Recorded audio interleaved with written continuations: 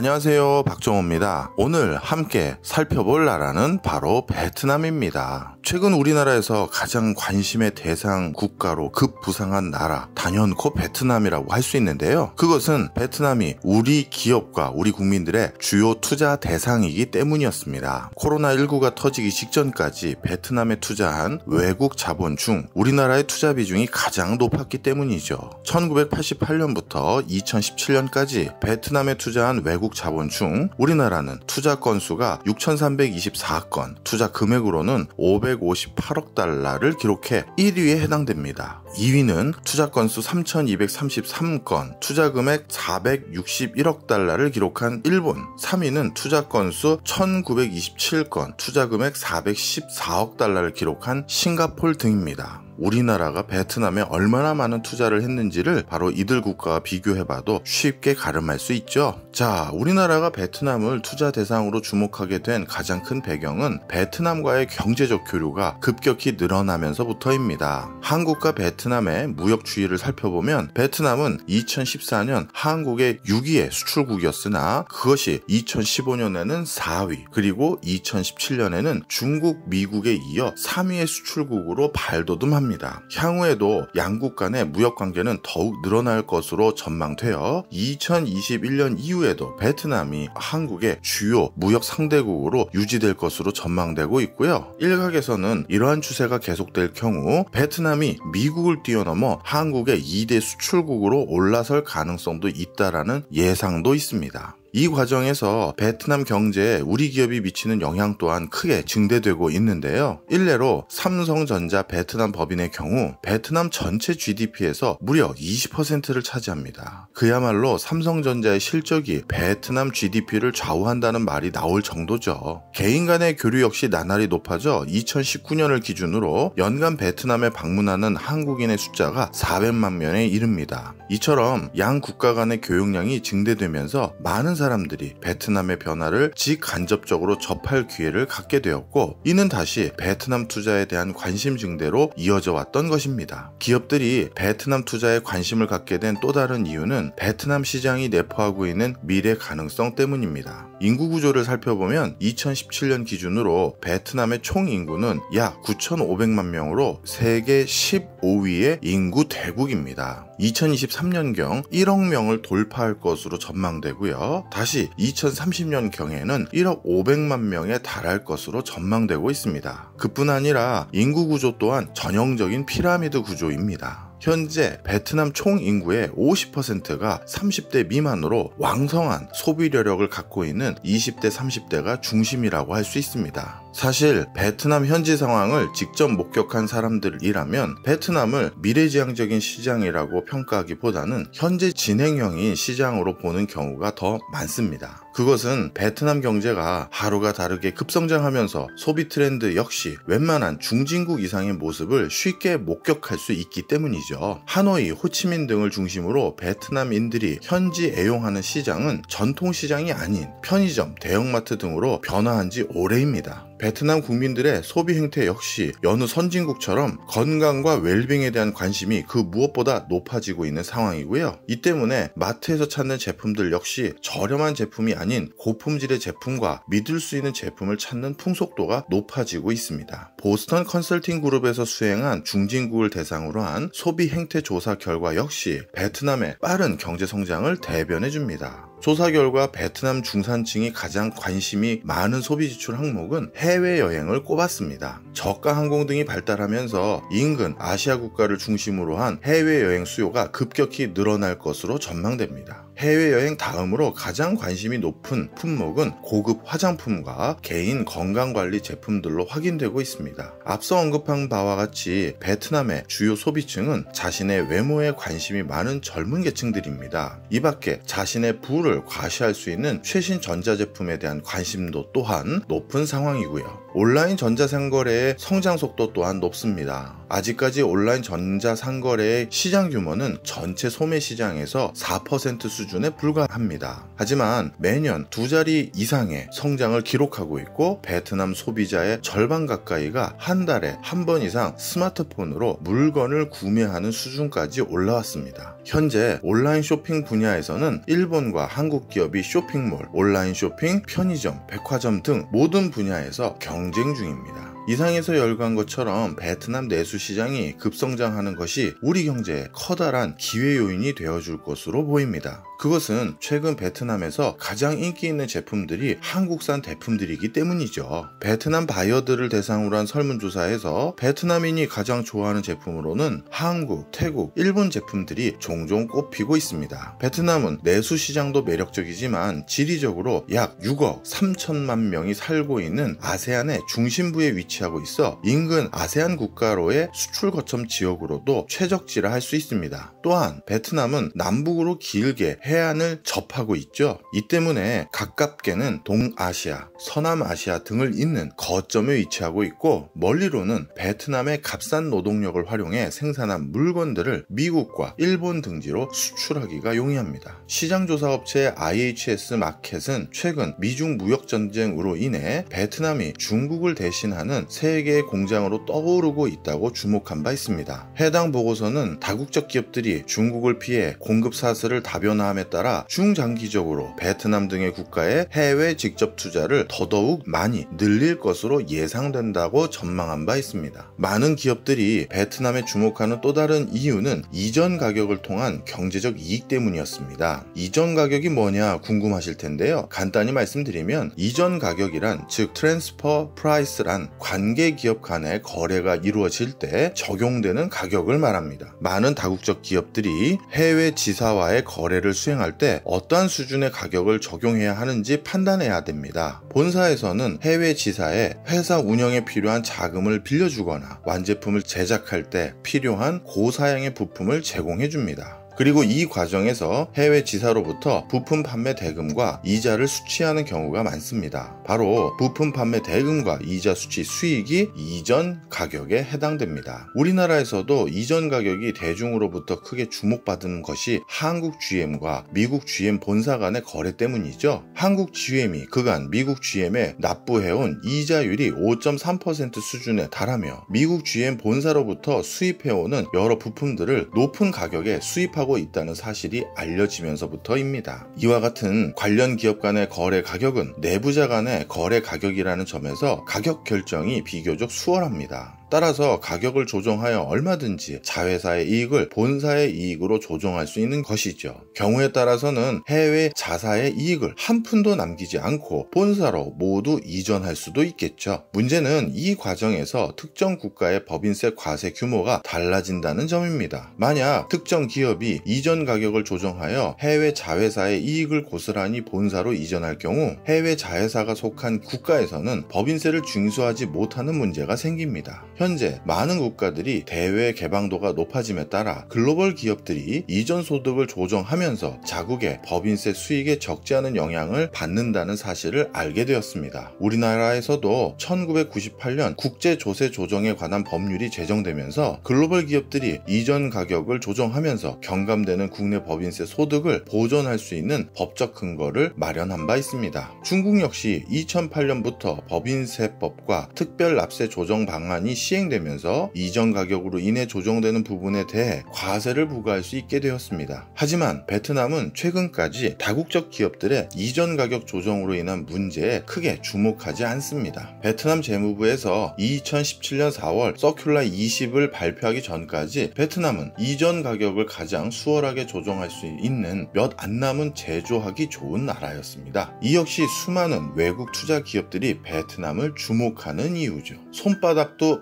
마주쳐야 소리가 난다는 말이 있죠. 앞서 언급한 여러 기회 요인들을 주목하여 해외 유수의 투자자와 기업들이 베트남으로 몰려올 수 있는 것은 베트남 내부에서도 이들 외국 투자자들을 받아들였기 때문입니다. 베트남 정부는 일찍부터 수출지향적인 경제정책을 수립하고 여러 국가들과 FTA를 적극 추진해 왔습니다. 대표적으로 EU와의 FTA를 꼽을 수 있는데요. 얼마 전까지만 하더라도 아시아에서 EU와 FTA를 발효한 국가는 한국이 유일했습니다. 하지만 베트남이 한국에 이어 2012년 EU와 FTA 공식 협상을 진행한 이래 8년인 지난 2020년 8월 1일자로 EU 베트남 FTA를 공식 발효합니다. 이로써 베트남에 진출한 기업들은 세계 3대 시장 중 하나인 유럽 시장에 특혜 수출이 가능해졌습니다. 현재 베트남은 자신들의 지리적 이점을 강화하기 위해 아세안 경제 공동체 출범과 여타 국가들과의 FTA를 더욱 강화하고 있고 중국을 대체할 수 있는 수출 거점 지역으로 더욱 주목받기 위해 노력하고 있습니다. 베트남에 대한 개인 투자자들의 관심사는 단연 부동산에 있습니다. 2015년 7월 1일 개정된 주택법과 2015년 12월 10일 시행된 주택법 시행령 개정안에 따라 일부 제약 조건은 있지만 베트남 입국 승인을 받은 외국인과 해외 기업의 주택 구입이 가능해졌기 때문이죠. 또한 베트남은 이와 더불어 물가가 저렴하여 건축 비용이 적게 들 뿐만 아니라 날씨 덕분에 난방시설마저 구축할 필요가 없습니다. 국내 투자자들 상당수가 저렴한 가격에 아파트를 구입하고 월세 수입과 시세 차익을 올릴 수 있는 기회를 엿보면서 베트남 투자에 관심이 높아진 것이죠. 현재 국내 투자자들은 은행이나 증권사 프라이빗 뱅킹 센터 등을 통해 베트남 부동산에 투자하고 있습니다. 우리나라는 싱가포르, 말레이시아, 일본, 홍콩 등과 함께 베트남에서 가장 많은 부동산 자산을 보유하고 있는 상위 5개국에 해당합니다. 최근 급격히 악화되고 있는 미중 간의 무역 갈등 또한 베트남에게는 호재 중 하나입니다. 미국이 중국산 물건에 대해 고율의 관세를 부과하고 있고 다양한 제재를 가할 것으로 예상되면서 중국에 입지한 글로벌 기업들의 생산 기지들 중 상당수가 베트남으로 이전하기 시작했기 때문입니다. 나이키, 아디다스, 유니클로, 애플 협력사 등이 중국에서 베트남으로 생산 기지를 이전하거나 이전할 계획이라고 이미 발표한 상황입니다. 미국 상공회의소에서 지난 2018년 중국 법인들을 대상으로 한 설문조사에서도 조사 대상 430개 기업 중 3분의 1에 가까운 기업들이 중국 밖으로 사업체를 이전할 것으로 검토하고 있다고 응답하였고 이들 기업 중 18.5%의 기업들이 새로운 대상지로 베트남을 선호한다고 답변하였습니다. 최근에는 미중 무역 갈등으로 인한 베트남의 경제적 수혜가 통계 수치에서도 확인됩니다. 2019년 상반기 베트남의 대미 무역 흑자액은 206억 달러로 이는 2018년도 같은 기간 대비 32.9% 가까이 급성장한 수치입니다. 한국인들을 포함한 글로벌 기업들이 베트남 시장에 주목한 이유는 단순히 최근 전개된 베트남과의 경제적 교류 증대에만 국한하지 않습니다. 베트남 역사를 통해 확인한 베트남인들의 저력을 높이 샀기 때문인데요. 베트남은 세계 최강국에 해당하는 몽골 원나라, 프랑스, 미국, 중국 등과 전쟁에서 모두 승리한 보기 드문 나라이기 때문입니다. 역사적으로 한 시대를 풍미했던 왕조 내지 국가들은 많습니다. 하지만 이들 대부분은 타 민족의 침입으로 국력이 쇠락해지고 이 민족의 지배를 장기간 받게 되면 역사 속에서 그 흔적을 찾아보기 어려워지는 게 일반적입니다. 하지만 이러한 일반론이 베트남에는 적용되지 않은 듯합니다. 기원전 111년 한나라 무제가 베트남 왕조 남비엣을 멸망시키면서 베트남은 이때부터 중국의 지배 아래 1000년 가까이 놓여지게 됩니다. 하지만 베트남인들은 이 기간 동안 중국의 지배에 맞서 끈질기게 독립운동을 전개했고요. 983년 결국 독립을 쟁취합니다. 베트남은 세계 최대 규모의 제국을 건설한 원나라와의 전쟁에서도 승리합니다. 당시 몽골은 총 3차례에 걸쳐 베트남을 침략하는데요. 1257년 몽골의 장수 올랑함태가 베트남을 침공해 하노이를 함락시켰고 다시 20여 년 뒤에 50만 대군으로 베트남을 침공해 1285년 초 또다시 하노이가 함락되었습니다.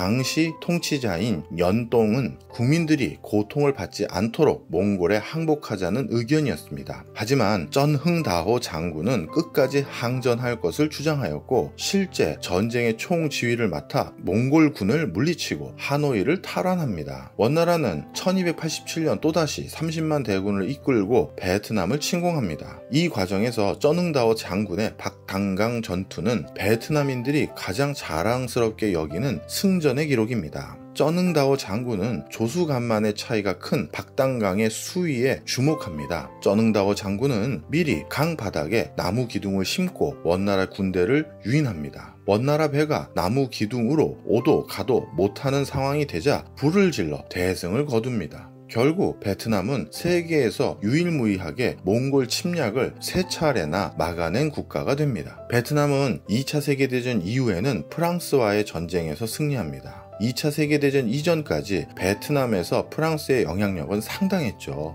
일례로 베트남에서 사용하고 있는 문자가 프랑스 덕분에 만들어졌다는 사실만 보더라도 쉽게 확인 가능합니다. 교역의 요충지에 위치한 베트남은 16세기부터 유럽의 여러 선교사들이 파견되었던 지역인데요. 이때 베트남에 가장 많이 진출한 선교사들이 포르투갈 출신들이었습니다. 당시 선교사들은 라틴어, 포르투갈어 등을 활용해 베트남어를 표기하기 시작합니다. 그리고 이러한 표기 방식을 프랑스 주교인 알렉산드르 드 호데가 정리하여 1651년 베트남어, 포르투갈어, 라틴어 사전을 출간함으로써 현재 사용하는 베트남 문자의 효시가 되었습니다. 오랜 기간 동안 베트남을 지배해왔던 프랑스는 2차 세계대전 종전 후 베트남이 독립한 뒤에도 여전히 베트남의 지배권을 요구합니다. 프랑스는 1946년 국민투표로 대통령에 선출된 호치민조차 인정하지 않습니다. 결국 호치민 군이 프랑스를 공격하면서 1차 인도차이나 전쟁이 발발했고요. 당시 미국은 베트남이 공산권 진영에 편입되어 있는 것을 막기 위해 프랑스를 지원합니다. 반면 호치민 군은 소련 등의 공산 진영의 지원을 받고요. 결국 1954년 베트남 군이 프랑스 군 요충지인 디엠비엠프를 함락시키면서 1차 인도차이나 전쟁이 끝납니다. 이후 베트남은 또다시 프랑스를 통한 미국과의 대리전이 아니라 미국과의 직접적인 전쟁을 수행하게 됩니다. 1964년 8월 4일 북베트남 수도인 하노이 앞바다를 순찰하던 미국 구축함들이 공해상에서 북베트남 군의 공격을 받습니다. 일명 통킹만 사건이라고 불리는 사건인데요. 당시 북베트남은 이러한 사실을 부인합니다. 하지만 미국은 이를 빌미로 북베트남을 폭격하였고 결국 베트남 전쟁으로 알려진 2차 인도차이나 전쟁이 발발합니다. 결국 이 전쟁에서도 세계 최강국인 미국을 물리치고 베트남은 승리하는데요. 당시 세계 언론들은 간신히 프랑스 식민지에서 벗어난 신생 독립국인 베트남이, 그것도 완전한 독립국가도 아닌 분단 상태인 베트남이 세계 최강대국인 미국을 이긴 것을 대서특필하였습니다. 이로써 베트남은 1976년 하노이를 수도로 하는 베트남 사회주의 공화국으로 통일됩니다. 하지만 베트남을 기다리고 있는 것은 또 다른 강대국과의 분쟁이었습니다. 1979년 덩샤오핑의 중화인민군이 베트남을 전격 공격하면서 3차 인도차이나 전쟁이 발발한 것입니다. 당시 중국은 베트남이 친중국계 캄보디아 정권과의 무력 충돌로 인해 베트남과의 전쟁을 감행합니다. 이 역시 베트남이 중국을 물리치면서 오늘날 베트남의 국경선이 이때 확정되었죠. 이상에서 나열한 바와 같이 베트남은 과거 몽고 원나라를 비롯해서 프랑스, 미국, 중국과의 전쟁에서 모두 승리한 저력의 국민성을 갖춘 국가입니다. 베트남이 세계적인 국가와의 전쟁에서 탁월한 성과를 보였다고 해서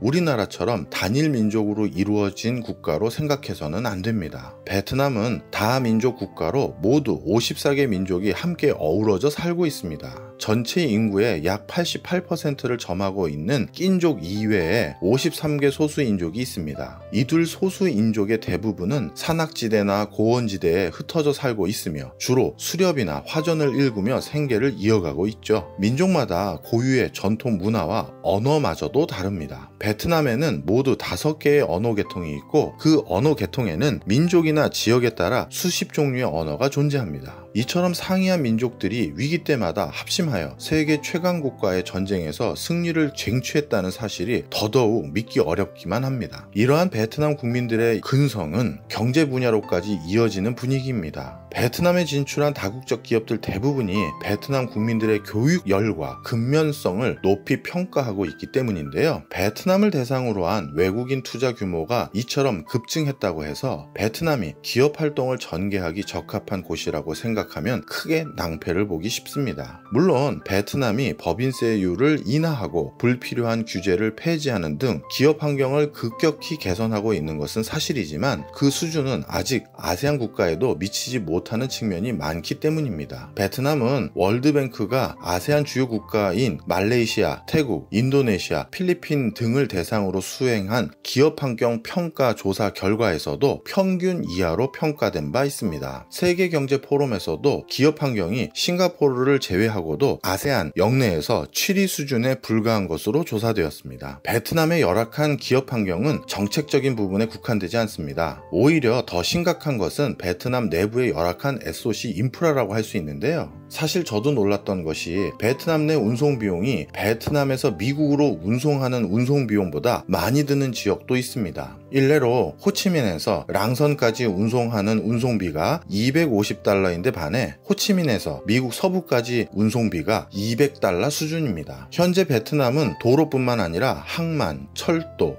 공항 등 기업 활동에 필요한 기초 인프라 구축이 절실한 상황이죠. 최근 베트남 내부에서도 과거와 같이 무조건적인 외국 자본 유치에서 벗어나 기술 이전이 가능한 분야, 고부가가치 산업을 중심으로 한 외국 자본 유치로 정책 기조가 변화하고 있습니다. 또한 경제 발전을 위해 무조건적인 개발에만 방점을 찍기보다는 환경 보호와 낙후 지역 경제 활성화 등 경제 성장의 질적 부분도 함께 고려하기 시작합니다. 베트남의 정치 구조 역시 우려되는 부분이 있습니다. 베트남은 전 세계적으로 몇 안 남은 전통적인 공산국가입니다. 지금도 레닌주의를 고수하고 있는 베트남 공산당 단일 지도 체제 아래 있죠. 베트남 공산당은 정치뿐만 아니라 행정, 군사, 외교 등 모든 분야의 국가 권력을 총괄하고 있습니다. 이 과정에서 베트남 간부의 부정부패 문제가 가장 큰 사회 문제 중 하나로 꼽힙니다. 국제투명성 기구가 조사한 2018년도 국가별 부패 인식 지수에 따르면 베트남은 조사 대상 180개국 중에서 117위를 기록합니다. 최근 베트남은 이러한 문제를 개선하기 위해 부정부패 척결을 위한 국가적 차원의 노력을 전개하고 있고요. 2019년에는 공산당 간부 100여 명을 부정부패 혐의로 징계하기도 하였습니다. 하지만 아직까지 가시적인 성과를 거두었다고 보기는 어렵고요.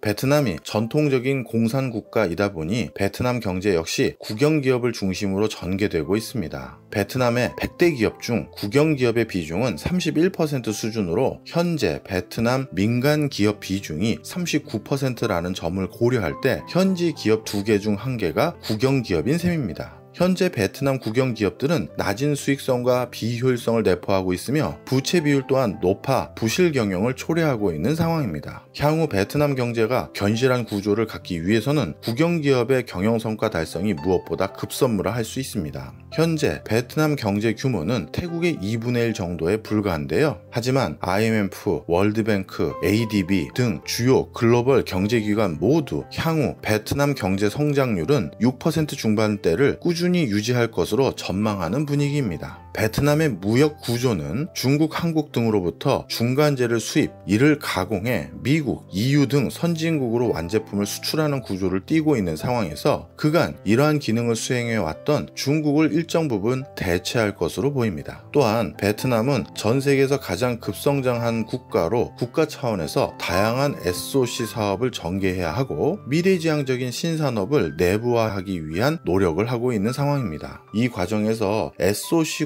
구축을 위한 우리나라 건설회사 및 철강회사들의 진출과 전자, 유통, 서비스 부문 등의 우리 기업들의 진출 기회가 향후에도 많아질 것으로 전망됩니다. 이러한 구조적 요인은 단기적 경기 변동 요인과 정치적, 정책적 불확실성 요인을 극복할 만큼 근원적인 호재임은 분명합니다. 지금 이 순간 우리가 베트남에 주목해야 할 이유도 바로 여기에 있습니다. 지금까지 박정호였습니다.